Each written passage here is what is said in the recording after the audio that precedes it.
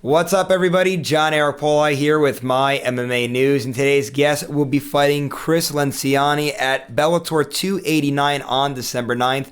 Pleased today to once again be joined by Cody Law. Cody, nice to see you, man. Thanks for having me on. Yeah, man, it's always a pleasure. And before we get into anything with this upcoming fight, I do want to get to kind of the big news that's been surrounding you as of late. Your last performance, you suffered your first loss of your career. I reached out to you after that moment, and you told me something that I found very interesting. You go, man, it's going to make me a better fighter. I'm going to come back better than ever. What was it about that performance that maybe you learned about yourself, or maybe that you took away that made you to lead to that conclusion that this was going to be a good thing for you here in the long run? Well, there's a lot of things that I can take away from that fight. A lot of them I want to keep to myself for game plan reasons or whatever. But just the fact that I got to have 15 minutes in there and have some adversity and have things not go my way, and you learn a lot when you lose, and you learn a lot in 15 minutes of fighting, where most of my fights have been just a couple of minutes. My whole career has kind of been pretty short, so I learned a lot, and every time I've ever had moments like that where I've been down and out and embarrassed, I've always come back and had all my biggest accomplishments have been after really pretty humiliating losses in wrestling, obviously. So it makes me excited for what's to come next.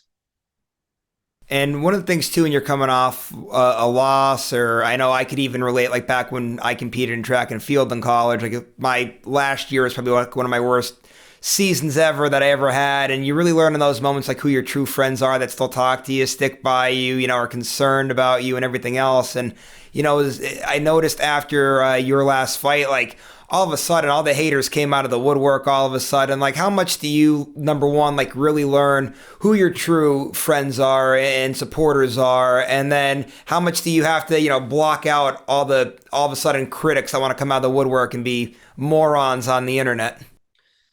Yeah, it was a good experience for me. Obviously, nobody likes to be criticized or to be strung out and made fun of on online, but I think it was good for me to see that that's a reality, and kind of recognize, okay, this is where I'm at now in my career. If I'm on the big stage and if I make mistakes and I don't live up to expectations, this is how people are going to treat me. I'm okay with that because the people that I have in my life, I have a pretty small circle. They're all pretty good people, and realistically, if I were to lose 5 more fights and retire right now, the same people that I have in my life would still be with me. So it doesn't change too much. And I know a lot of people, when they come off of losses, it goes one of two ways. A lot of people will just throw it right out the window, life rolls on. I give those people a lot of credit because I'm usually the person where, I'll sit there and I'll analyze every which thing to no end and constantly having the flashbacks of things. And which kind of person are you when it comes to, a defeat? Are you somebody that kind of gets over pretty quick? You're able to put it behind you? Or are you the person that kind of sits back and really analyzes and gets into the details of everything and tries to make the corrections off of it? Maybe a little bit of both. I certainly don't put it behind me right away because I need to learn from it. So I definitely spent a good bit of time thinking things over and rewatching and talking with my coaches and trying to figure out what went wrong and what needs to be better. And obviously, for a while, I wanted to redo that fight. And then as soon as I got a new opponent and a new fight, it's been in the past now. I don't think about it anymore because I'm focused on what's in front of me, not behind me.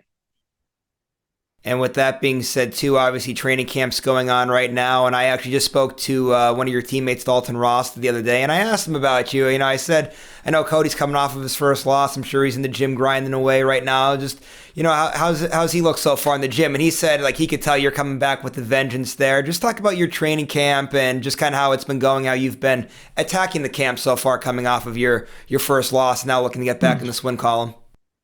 Yeah, for me, I don't really have camps. It's kind of weird. I know a lot of people have camps, but I just started training as soon as my last fight finished. I think I had a few days in Pennsylvania where I relaxed and then got back to work and progressively more and more and more. But I mean, I've probably been training pretty hard consistently for 12 to 15 weeks now. And then when we got to about 8 weeks out, I started to really do intentional sparring. So I've already done 6, 7 weeks of hard sparring, and it's been good. It's been intentional work, more intense sparring with a little bit more wild opponents, making things not so comfortable and just improving. I don't have a camp. I just train to get better.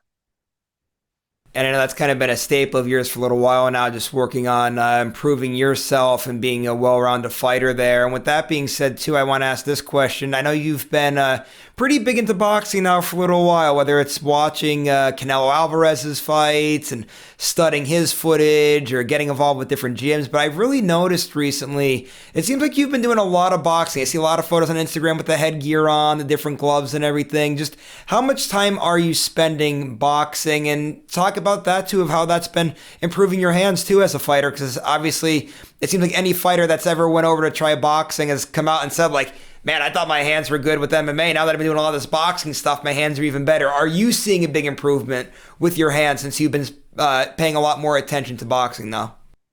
Well, boxing's what I started with when I started MMA. I started my first striking was kind of boxing, and looking back, when I was kind of going back through everything after the loss, I thought to myself, I was having a lot of success boxing regularly, and so I wanted to spend some time doing some strict boxing sparring.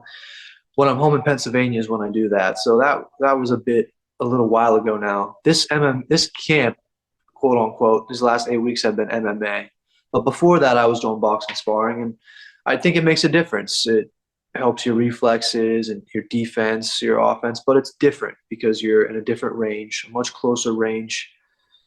And you have big gloves on. You can use your gloves more for defense, and there's differences for everything. It's just like how wrestling is different than MMA wrestling. But I just love the box anyways, and I do think that it helps. So I do it when I can. All right, let's talk about your opponent now a little bit. Just what have you seen out of him? I know you're typically not a guy that really spends a lot of time studying an opponent and whatnot. You're always focused on working and improving yourself and being a well-rounded fighter. But what have you seen out of your opponent, or what have your coaches seen as you've been kind of now, like you said, really dialing in here these last 8 weeks or so? Yeah, I think that one of the most appealing things about this guy is that he's sort of a similar matchup to my last fight, where he's a jujitsu grounded guy who maybe wants to be on the ground. I don't know. I'm not so sure whether he wants to be on his back. I think he wants to be on top more, but either way, it's kind of similar. So I get to redeem myself a little bit, at least to myself. Um, yeah, taller guy, pretty basic on the feet, wants to be on the ground. That's good. I like it. Okay, so now that you said this, I don't know what made me think of this, but it was funny. I know we had a football conversation. We were off air, and it was funny. So obviously, when I was just at the Green Bay Packers game when they played the Cowboys, you're obviously a Cowboys fan, but Christian Watson went off that game, and Aaron Rodgers said something along the lines like that was like the 8,000-pound gorilla off of Watson's back when he got that first touchdown grab, and ever since then, he really took off. Well, you were saying there, right, how it's kind of a little bit of a similar matchup to your last opponent. For you, is that like really good in a way that you get to go out, like you said, redeem yourself, and that maybe that could be like he said, maybe a sort of weight off your shoulders that you go out, you get a similar matchup, you go out and you get a win, and you almost kind of get to right that wrong a little bit, kind of get to silence the critics there a little bit. Yeah, it's more for myself. When I lost, I didn't feel any kind of relief whatsoever. I felt pretty bad about it. I did not feel pressure to win. I didn't feel pressure to be undefeated. I wanted to be that. I wanted that, and now it's lost. And still today, I feel bad. That the ability to be an undefeated fighter when I retire is gone now. But I want to redeem myself for myself and for the people who believe in me. And of course, every fighter has an ego. Every athlete has an ego at some level, and I want to show everybody that I'm better than I showed, and but I can do a whole lot more. I feel that way after every fight. I feel like I didn't get to show everything that I have, and especially after the last fight. So I just I have to win. Winning is really important to me, and I'm very focused on winning this fight. Yeah, well, I can tell you, man, I know I've said this to you several times, like the future is very bright and, don't be super hard on yourself there. I know it's a lofty goal and everything, but obviously everyone that follows the sports know it is a very hard thing to do something like that. I think Habib Nurmagomedov in all reality really is the only person that was able to do something like that. So I know that the future is very bright for you. It's obviously gonna be a big learning experience here. I know you're going to come back better than ever. I do want to ask this question here going forward, and then we're going to get a few other things here, but just last MMA related thing here for you. Going forward, I know you're a guy that likes to stay very active. I know you're dialed in here. You could tell that you're very, very motivated for this fight, but looking ahead to 2023, since we're at the end of 2022, is the plan still to remain super, super active like you've been in the past, getting those 3, 4 fights in? Or are you going to kind of scale it back now a little bit? Maybe you only try to get maybe 2 or maybe 3 is that maximum number instead of getting those. I think for what you were fighting, like 4 times a year, it felt like. This will be number 8 in 2 years, basically. So the first time was 5 fights in 12 months, and then it was a little slower. But yeah, I'm averaging 4 a year, and I would like to keep at least 3 going into 2023. I think beat this guy up, come back in March before my birthday, and then summertime, and then end of the year. That's an easy way to get 3 fights. But I'm always open to if I have a quick one, get right back in there 5, 6 weeks later because I'm only getting older. I want to get a lot of fights under my belt. I'll tell you what, there have been fighters that come from the wrestling background that have said the one regret with this sport is that you don't get to do it as much as you did in the sport of wrestling. But anyway, I do want to move on to a few other things here I want to get your thoughts on before we wrap things up. Let's start with Dustin Poirier, obviously longtime teammate of yours now down there at American Top Team. I know you guys get a lot of working in the gym. He just had a huge performance, and I would assume after that win's kind of it has to put him back into the #1 contender spot. I think so anyway. But just your thoughts on his performance and where he goes from here. Yeah, I mean, speaks for itself, right? Amazing. He's a dog. I have a feeling, you know, 3 rounds is a little bit more difficult. I think 5 round fight would have been no brainer. But Dustin, he finds a way. He's got that in him. And what a beautiful finish and kind of poetic justice too, getting the finish with a rear naked choke after having two title losses that way to come back and come from behind against Chandler and get that was pretty awesome. It was an awesome fight, and I'm really happy for him. Yeah, that was a great performance there. Another guy I want to ask you about, another teammate, Dalton Ross. I know I had mentioned before, I just did an interview with him recently.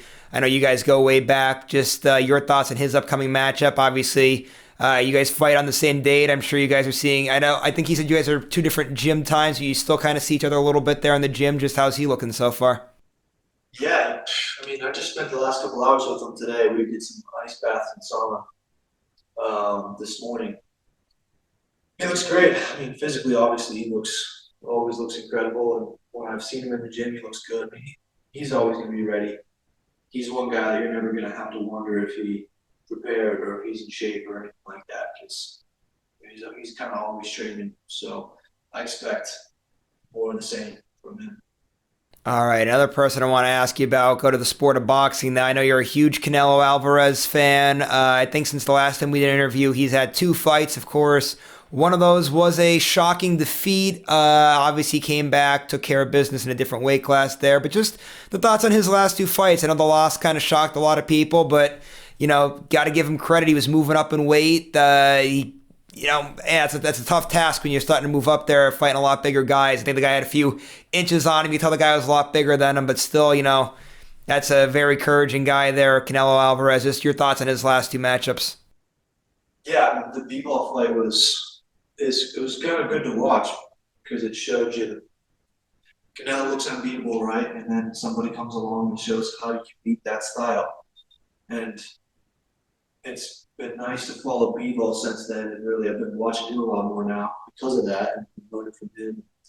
It'll be interesting to see if they rematch how Canelo comes back to try to beat that style.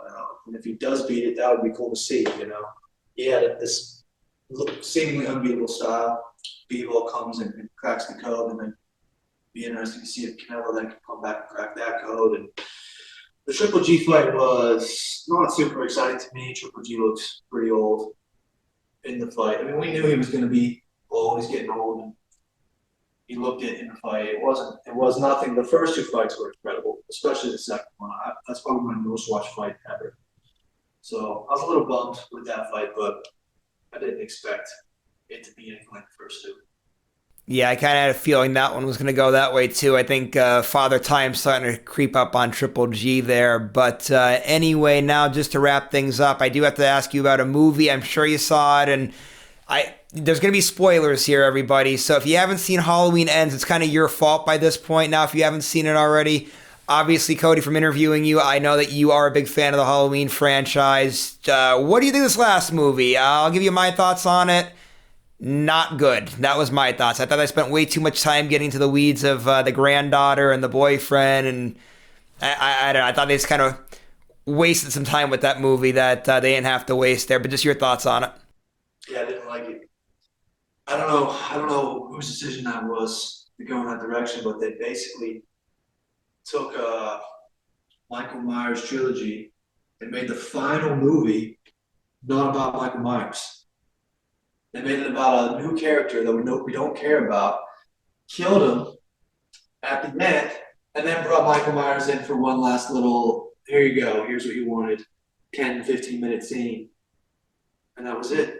And it just, and some of the stuff doesn't add up. You know, Lori is basically a lunatic in the 2018 movie. She's so distressed, such bad PTSD. And then the next movie, her daughter dies, and all of a sudden she's just baking cakes and making tea. She's fine. It's crazy. I don't know. Movies ain't the same anymore. Back in the day, they were so much better. 1980s, I think they were better. Yeah, no, I will say, I don't know. Did you happen to see the alternate ending by any chance? No, I didn't. So the alternate ending, so before I actually saw it, I was at a Halloween party and people were talking about it. So I overheard people saying about the alternate ending. So I looked it up, and I actually liked the alternate ending. I mean, the movie would still be bad itself, but the alternate ending, there's a scene where Lori is with the one sheriff. I'm gonna watch it. What's that? You want to tell me. watch it? You want to watch it? You said. I'm gonna watch it. Yeah, don't tell me. All right, I won't ruin it. I won't ruin it. I won't spoil it. So for anybody out there that hasn't seen it, go ahead and Google the alternate ending, and you might like it. I actually was a fan of the alternate ending. I will say, just pay very, very, very, very close attention to detail in it. Is all I'll say with it. But anyway, yeah, man, it's been great talking with you as always. Let me know how you like that alternate ending. Text me after you look it up. So, last thing though before you roll out, social media, management, sponsors, anything like that you got to give shout outs to. Floor is yours. Social media, I don't even know. Cody Law MMA, I think is my name on Instagram. You can follow that.